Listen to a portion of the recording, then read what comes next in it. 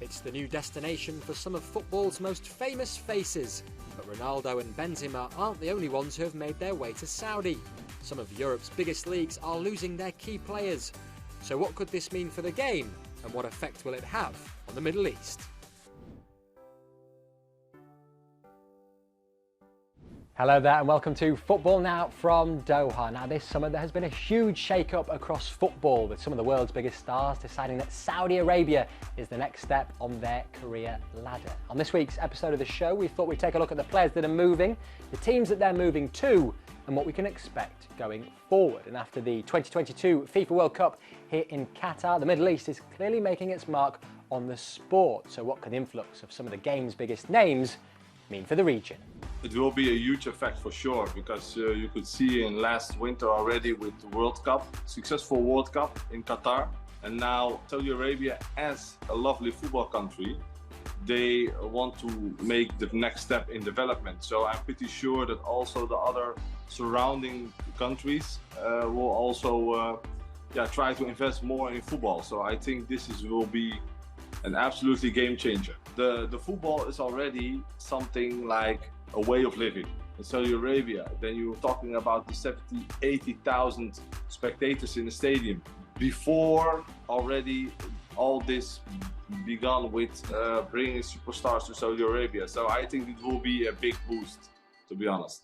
Well, as you probably know by now, it was Al Nassr who began the revolution, having signed Cristiano Ronaldo earlier this year. The transfer sent shockwaves through the sport, with the former Real Madrid and Manchester United star becoming the highest paid player in world football at the time. On the pitch, the result was a little bit mixed, Al Nassr finishing runners-up behind the champions Al Hilal, although Ronaldo did manage an impressive 14 goals in 16 games. Off the pitch though, the numbers speak for themselves. Their social media following jumping from just under 100,000 to over 15 million. Al Nassr's shirts can be spotted all across the Middle East, and rights to their matches have even been sold to over 30 international broadcasters. It's just the beginning, not in the end of the transfer period. So I truly think that more players will also heading up to Saudi Arabia. So that means that it is not only on the pitch, but also off the pitch, to building something like a new structure and the globalization of the football, having also, for example, some business other opportunities. So it will be a really exciting time. So Al Nassr really kicked things off. Let's have a look at some of the players that have followed Ronaldo and made the move to Saudi Arabia. We'll start with Liverpool captain Jordan Henderson, who, after 12 successful years, has left the club for Al Ettifaq to join a former teammate. More on that later. Another Reds legend, Roberto Firmino, along with former Chelsea keeper Edouard Mendy, have made their way to Al Ahly. Ex-Sevilla and Valencia cult hero Ava Banega is Al Shabab's first big-name signing, whilst another Chelsea associate, Kalidou Koulibaly, will hope that his new side can retain the title. Wolves' starman Ruben Neves has joined up with him at Al Hilal. Christian Tello, once a starlet at Barcelona, is now the main man at Al Fateh, while Celtic's Jota and Chelsea's N'Golo Conte made the move to Al Ittihad, as has the biggest name since Cristiano Ronaldo's move, Karim Benzema. Middle Eastern football expert Yuri Levy says the signing of the current Ballon d'Or winner could be hugely significant for the Saudi Pro League.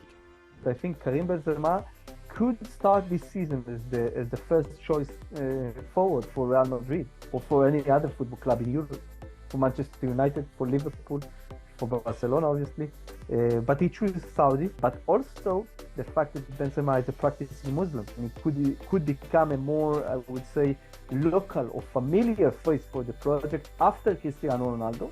Because if we look now on the timeline of things and how everything evolved, Cristiano Ronaldo practically was the A/B testing of this project. You know, they tried, they saw how it is when a big star is landing in Saudi, how the fans react. I think that in Saudi, obviously you will need to produce and provide goals and stuff, but you will get unconditional love as one of the greatest footballers at current time that chose Saudi Arabia, that chose Al Ittihad.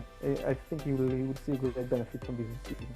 Now, in terms of management, this summer's biggest acquisition has taken place in Dammam, where Al Ettifaq have announced that Steven Gerrard will be taking charge. The Liverpool legend has managed Rangers and Aston Villa so far, so what can he expect when taking charge in the Middle East? it's kind of a win-win situation for both sides. Gerrard needs a fresh start and a place that he can, put his fingerprint on it in terms of his football, with I don't want to say endless resources to do so, but very generous resources to pick his players and his methods.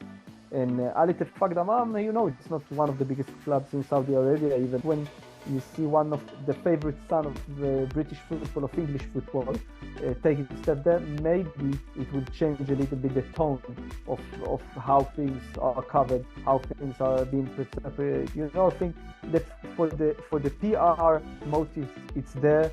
For Gerrard motives, professionally and financially, it's there. And for Al Ittefaq Dammam, is a small club that want to make a progress, it's also there. But now it's all on Stevie G to provide points and take them a step forward. Maybe not top 4, but top 6 in the league. It would be a great success for him for sure. Yeah, fascinating time ahead for football in the region, isn't it? That brings us to the end of this week's show. Do let us know your thoughts at home using the hashtag FootballNowSaudi, and we'll see you next time. Bye for now.